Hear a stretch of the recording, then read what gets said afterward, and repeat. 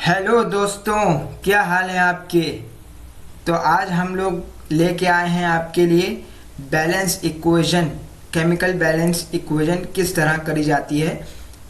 मैंने आपको first video दी थी कि केमिकल रिएक्शन और इक्वेशन जो चैप्टर है आपका, उसमें क्या होता है, किस तरह हम अनबैलेंस को बैलेंस इक्वेशन बनाते हैं। तो इस आपके लेक्चर में मैं आपको बताऊंगा कि अनबैलेंस इक्वेशन को बैलेंस कैसे करते हैं।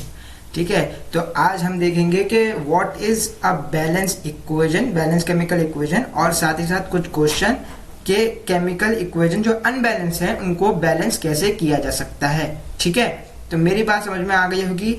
तो पहले तो अगर आप कहो कि पहले हम जो है अनबैलेंस इक्वेशन को बैलेंस करना चाहते हैं, तो पहले ये हम देख लेते हैं कि बैलेंस इक्वेशंस होती क्या है, अनबैलेंस इक्वेशंस होती क्या है।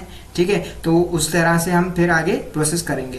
पहले तो ये जानेंगे बैलेंस केमिकल इक्वेशंस क्या होती है, what is balance chemical equation, और why should chemical equation be balance, और केमिकल इक्वेशन क्यों बैलेंस होना चाहिए, भाई हमें क्या जरूरत है।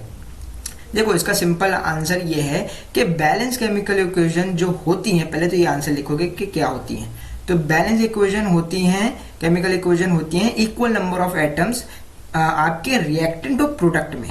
देखो, रिएक्टेंट और प्रोडक्ट आपको मैं जहां तक होप करता हूँ आपको पता होगा। ठीक है, और नहीं पता तो एक मैं वीडियो रेफर करता हूँ जो मैंने पहले बना रखी है, आप फौरन उस लिंक पे जाओ और देखो, वो वीडियो मजेदार है, जाके देखो उसको। ठीक है, अब balance chemical equation has a equal number of atoms of different elements in the reactant and product। reactant और product, उस वीडियो को जब जाके देखोगे तो उसमें मिलेगा reactant क्या होता है, product क्या होता है। ठीक है, एक एरो बनी होती है, वो एरो रिप्रेजेंट करती है कि देखो इस reactant से, यानी reactant क्या होते हैं भाई, दो चीजों को आप जब मिक्स करते हो अपनी डेली लाइफ में, सोच के देखो, जब दो चीजों को मिक्स करोगे तभी तो एक चीज प्रोडक्ट के तौर पे आएगी, है ना, तभी हमें एक प्रोडक्ट मिलेगा।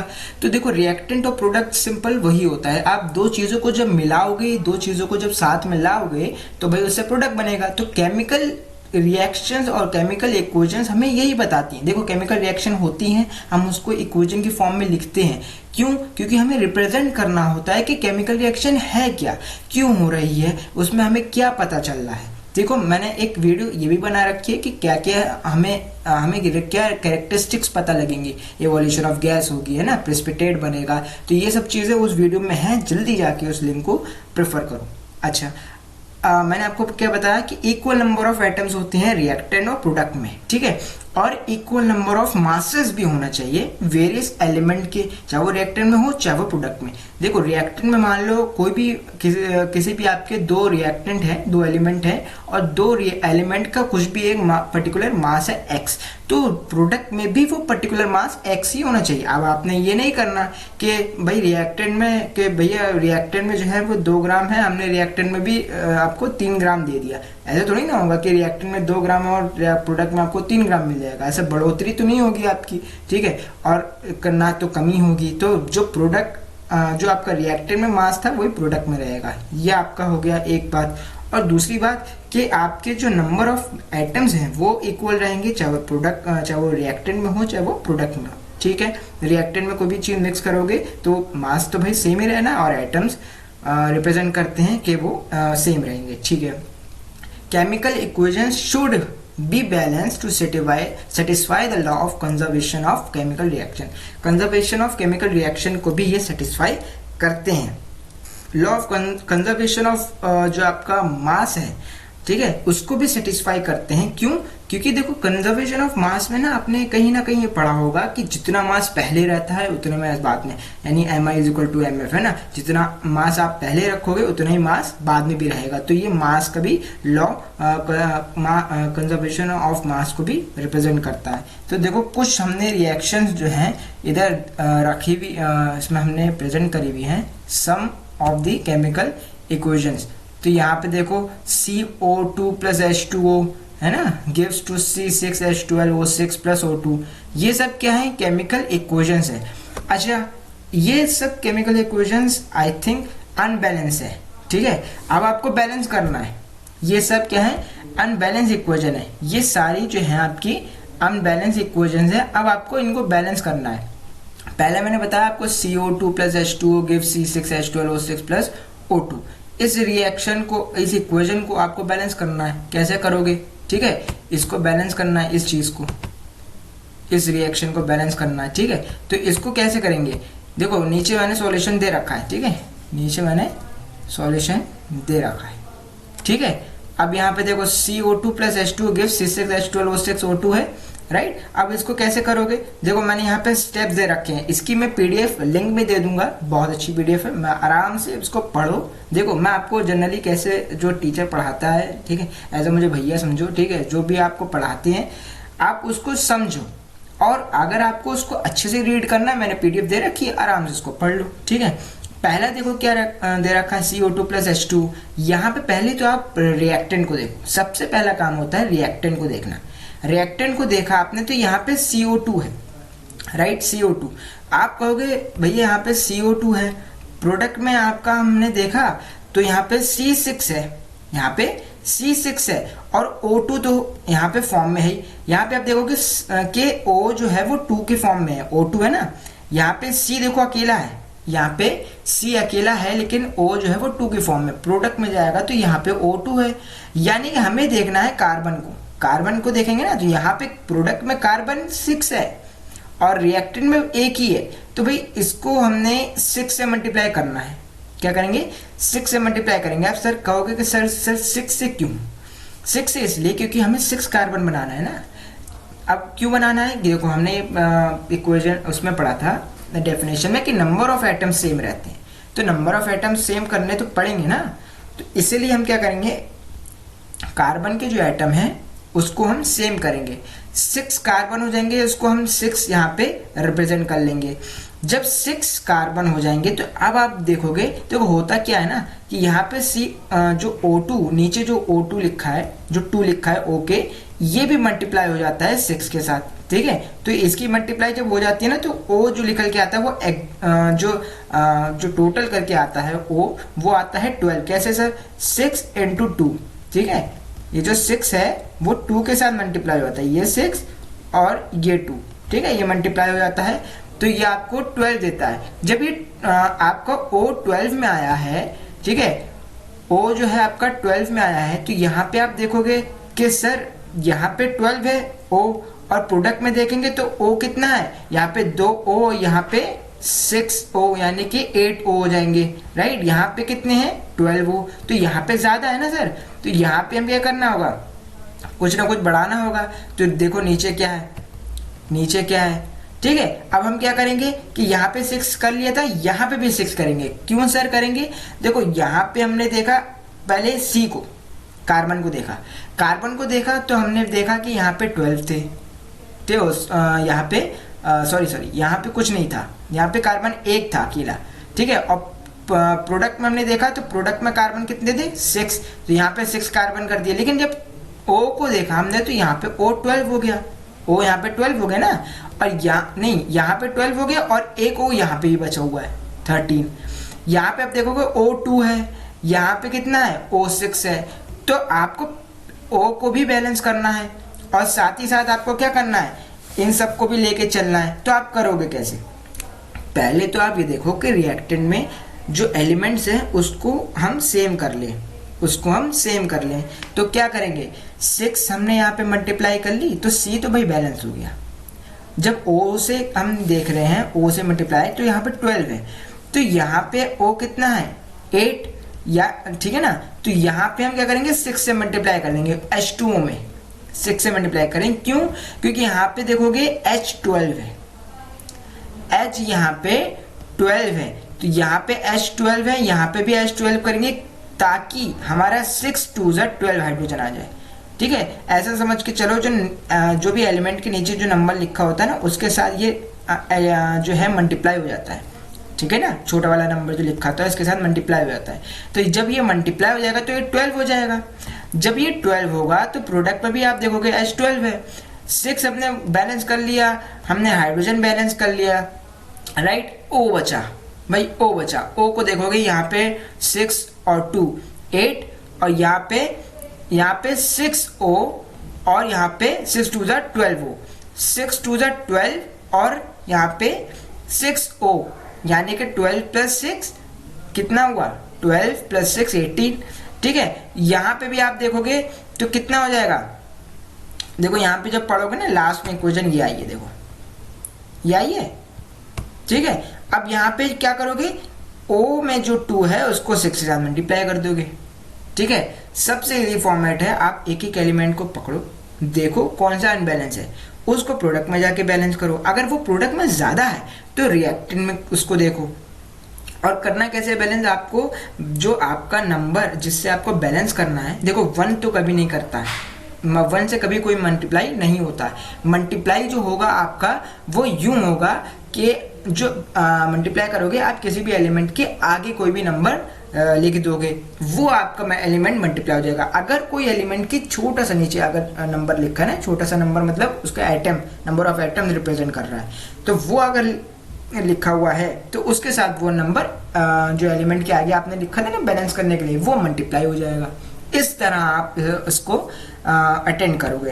तो जब ये O2 लिखा है ना, अब यहाँ पे O कितने हैं भाई, यहाँ पे तो 6 ये हो गए और यहाँ 12 हो गए 18, राइट। और यहाँ पे 6 दूनी 8, तो 8 है यानी 10 और चाहिए, राइट। तो यहाँ पे अगर मैं 6 से मल्टीप्लाई कर दूंगा, ये 6 दूनी 12 और 6 यहाँ पे भी हैं, तो 12 प्लस 12 हो गए। ठीक है, तो ये आपका बैलेंस हो जाएगा। ये देखो मैं आपको जो लास्ट की जो इक्वेशन है उसको करके दिखाऊं, देखो 6CO2 हो गए, 6CO2 हो गए, 6 2 12O और 6O इसके भी हैं। ठीक है, देखो जो आपका एक कंपाउंड है, देखो H2O क्या है आपका, H2O क्या है, एक एलिमेंट तो नहीं है ना, H2O पूरा एक कंपाउंड है, यानी कि मॉलिक्यूल है H2O। तो H2O में आपका H भी आता है, O भी आता है, तो 2 के साथ भी मल्टीप्लाई होगा 6 और O के साथ भी आएगा। भैया देखो हम जो नंबर ऐड करते हैं ना वो सबके लिए रखते हैं, भेदभाव नहीं करते। ठीक है, तो 6 H2 के साथ भी होगा मल्टीप्लाई और O के साथ भी होगा। तो जब O के साथ होगा तो 6 का 6 से आएगा, 6O यहाँ पे है, 6 2 12O यहाँ पर है, राइट।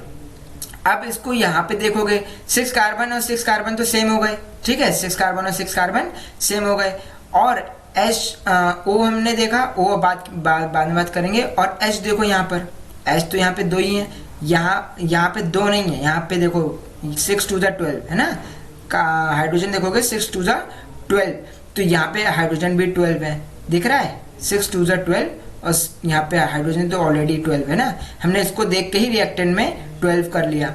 जब हमने इसको 12 करा तो O की हमने बढ़ोतरी देखी। ठीक है, बढ़ोतरी देखने के बाद हमने यहाँ पे 6 से मल्टीप्लाई करी। जब हमने यहाँ पे 6 से मल्टीप्लाई करी, देखो कॉम्प्लेक्स, ये इक्वेशन कॉम्प्लेक्स है, लेकिन मैं इसी में सारी चीज़ें जब बताऊंगा तो आपका माइंड मेकअप हो जाएगा, माइंड खुल जाएगा एकदम। देखो 6 2 12, O2 यहाँ पे हो गया और 6 यहाँ पे हो गया नहीं हो गया, तो 6 और 12 कितना हो गया 18। यहाँ पे 6O और 6 2 12 बना 18। तो रिएक्टर प्रोडक्ट में O भी सेम, H भी सेम और यहाँ पे आपका C भी सेम हो गया, यानी कि ये आपका बैलेंस इक्वेशन हो गया। ठीक है, अब ये ऐसे ही सेकंड पे देखोगे, देखो ये मैंने वीडियो जो बनाई है प्योर एक आपका जो आपका केमिकल इक्वेशंस पे है, तो इस पे सिर्फ और सिर्फ मैंने बैलेंस ही इक्वेशंस, अनबैलेंस ही इक्वेशंस लगाई हैं और उनको बैलेंस करना सिखाया है। मैं कुछ ही आपको बैलेंस करना सिखाऊंगा, मतलब कुछ ही आपको बता दूंगा और जो बचेंगी वो आपको करना है। ठीक है, मैंने जो प्रीवियस वीडियो डाली है उसको भी देख लो और उसमें भी आपको मैंने बैलेंस इक्वेशन, अनबैलेंस इक्वेशन दे रखी है, उनको भी बैलेंस करना है, तो उसको फायदेमंद होगा करना। ठीक है, और मैंने जहाँ तक ज़्यादातर आपकी इक्वेशंस भी यहाँ से ली हैं वो मैंने एसचान से भी ली हैं और कुछ एनसीईआरटी से भी ली हैं, तो आप एनसीईआरटी को प्रेफर करो, उसमें ज़्यादा अच्छे क्वेश्चन हैं। ठीक है, एसचान भी अच्छी बुक है, उसको मैं थोड़ा रिकमेंडेड आपको करता हूँ। ठीक है, सेकेंड वन देखो CiSl4 प्लस H2O, ठीक है, gives to H4SiO4 plus HCl। ठीक है, ये भी आपका क्या है, एक इक्वेशन है। ठीक है, केमिकल इक्वेशन। इस इक्वेशन में भी आपको क्या करना है, बैलेंस करना है। देखो सिंपल, ये भी कुछ नहीं है, SiCl4 प्लस H2O, ये आपको बैलेंस करना है। ठीक है, ये चीज़ बैलेंस करना है। अब पहले तो आप देखोगे SI, क्या देखोगे SI आपको यहाँ पे कॉम्प्लिकेटेड लग रहा है, क्यों सर, यहाँ पे SI अलग है, यहाँ पे SI देखो O के साथ है ना। तो आप पहले आप देखोगे कि मुझे क्या सही लग रहा है, मतलब पहले मैं कितने आराम से कुछ भी अगर मैं देखूं, कोई भी एलिमेंट देखूं तो मैं आराम से इसको यहाँ पे बैलेंस कर लूँ। तो यहाँ पे आप देखोगे ना, यहाँ पे तो एच आपको आराम से दिख रहा है कि हाँ सर मैं इसको बैलेंस कर सकता हूँ एच को, क्योंकि H2 के फॉर्म में है। यहाँ पे आप देखोगे H4 हो गया H4, और एक H इधर भी है, तो ये H4 और ये H 5H है ना। तो यहाँ पे H की भी यहाँ पे गड़बड़ी है। यहाँ पे आपको क्या करना, यहाँ पे आप क्या करोगे, SiCl4 है प्लस H2O है, ठीक है, और H4 SiO4 है प्लस HCl है। यहाँ पे आप 4 से HCl को मल्टीप्लाई कर दो। जब 4 से HCl से मल्टीप्लाई करोगे तो 4H के साथ भी आ जाएगा, Cl के साथ भी आ जाएगा, राइट। अब आप क्या करोगे, देखो सेकंड स्टेप यही है ना, सेकंड स्टेप यही है, ठीक है। इधर भी वही लिखा, देखो let look at oxygen, remember then we first want to analyse all the element that only occurrence on the side of the equation. ठीक है, एक ही साइड पे जो अकरेंस है एलिमेंट की, उसी साइड को आप देखना है, ठीक है, ताकि हम दूसरे साइड को भी बैलेंस कर सकें। ठीक है, there is only one oxygen atom on the left, एक ही ऑक्सीजन है, ठीक है, बट 4 ऑन द राइट, लेकिन राइट में 4 है, ठीक है। So we will add coefficient of 4 on the left hand side. तो हम क्या करेंगे, लेफ्ट हैंड साइड पे आप कोफिशिएंट 4 को आप क्या करोगे, ऐड कर लोगे, ठीक है। जब 4 को ऐड करोगे, अभी मैंने बताया ना 4, तो यहाँ पे आपको क्या हो जाएगा, H जो है आपको 4 एटम मिल जाएंगे, ठीक है। अभी ऐसा क्यों करा, अभी बताएंगे, ठीक है। SiCl4 प्लस 4H2O, अब यहाँ पे 4H2, क्यों, क्योंकि देखो यहाँ पे 4 करा था ना, यहाँ पे H2 है, तो यहाँ पे भी हमें बैलेंस करना होगा। तो यहाँ पे आपका क्या करोगे, 4 लगा दोगे, 4H2। जब यहाँ पे 4 करोगे, ये PDF में आपको दे दूंगा, आराम से इसको देख लेना। जब आप यहाँ पे 4 ऐड करोगे तो यहाँ पे आप देखोगे SiCl4 प्लस 4H2, 4 2 8H हो रहा है यहाँ पे, 4 2 8H, और यहाँ पे देखोगे यहाँ पे 4H है, और यहाँ पे भी हमने 4 से मल्टीप्लाई करी थी, कहाँ गया, ये रहा, राइट। तो 4 4 8 हो गया। ऐसे ही आपको बैलेंस करना है।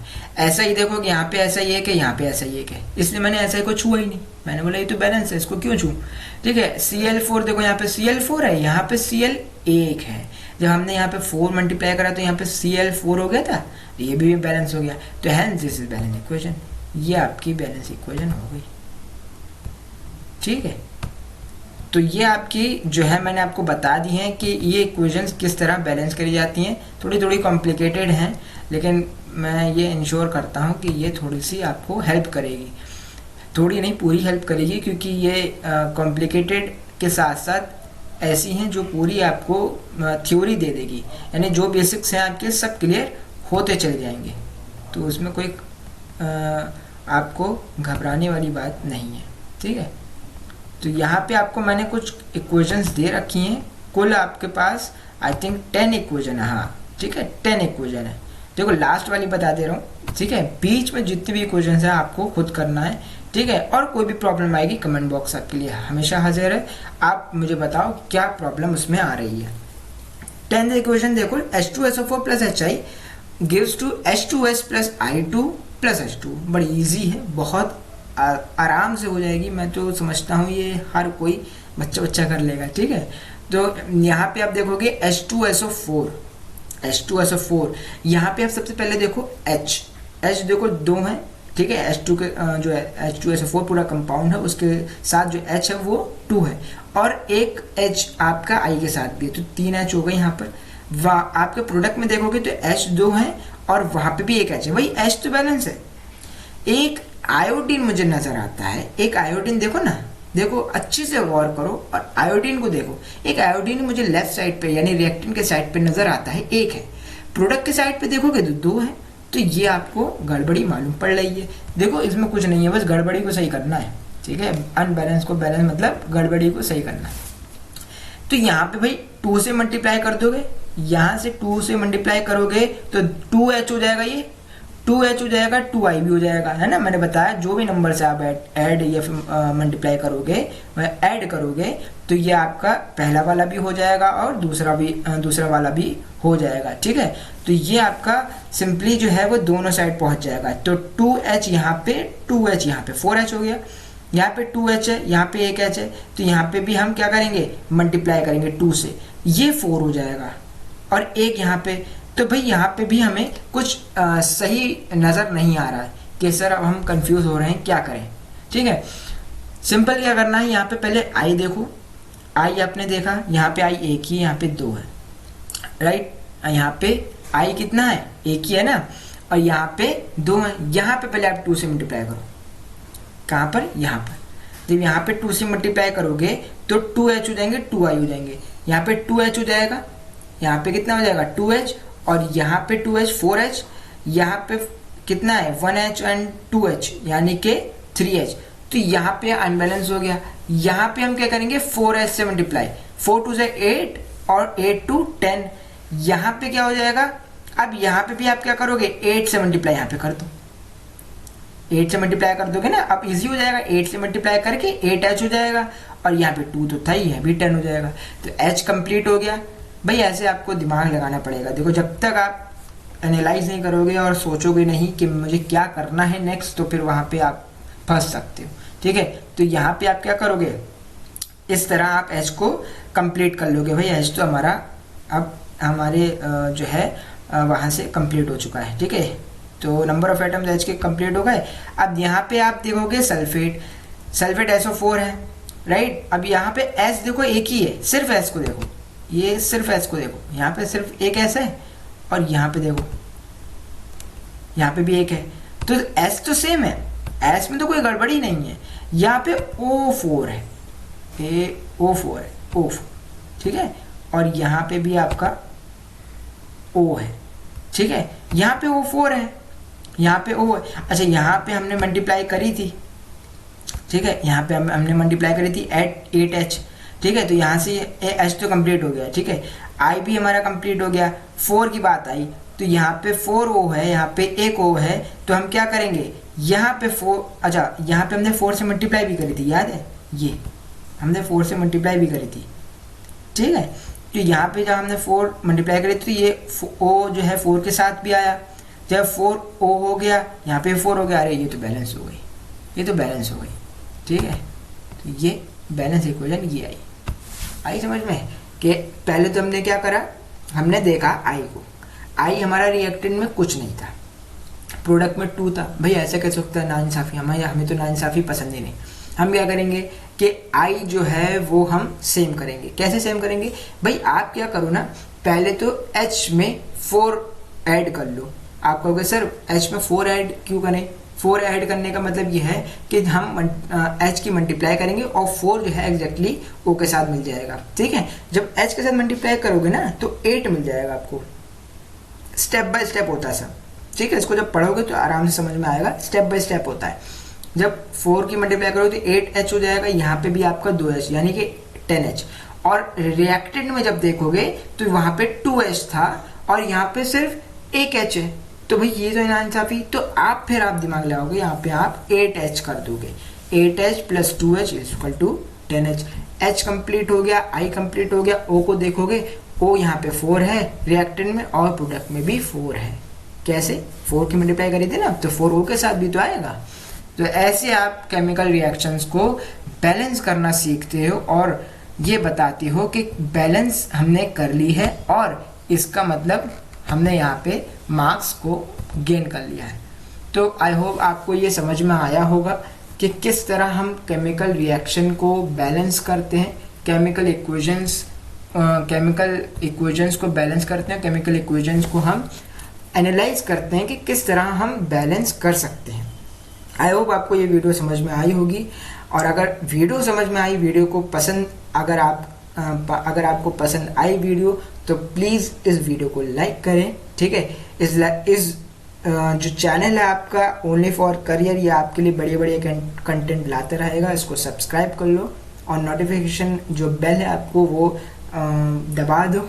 ठीक है, उसको आपको हेल्प मिलती रहेगी। ठीक है, अब मैं आगे जो मैंने आपको एक सीरीज़ बताई है, मैंने शुरू कर चुका हूँ, उसमें मैं आपको जो क्वेश्चंस हैं, जो हाईली इंपॉर्टेंट क्वेश्चंस हैं, वो मैं आपको बताता रहूँगा और लाता रहूँगा। ये जो चैप्टर जो आपके सिलेबस क्लास 10 का है, उसको मैं एक कहते हैं जो इम्पोर्टेंट क्वेश्चंस हैं, जो आपको बेसिक भी तैयार कर देगा और सारे क्वेश्चंस ग्रैब भी करवा देगा, वो क्वेश्चन मैं आपके लिए ला रहा हूँ। ठीक है, तो stay tuned. Thank you so much, thank you very much.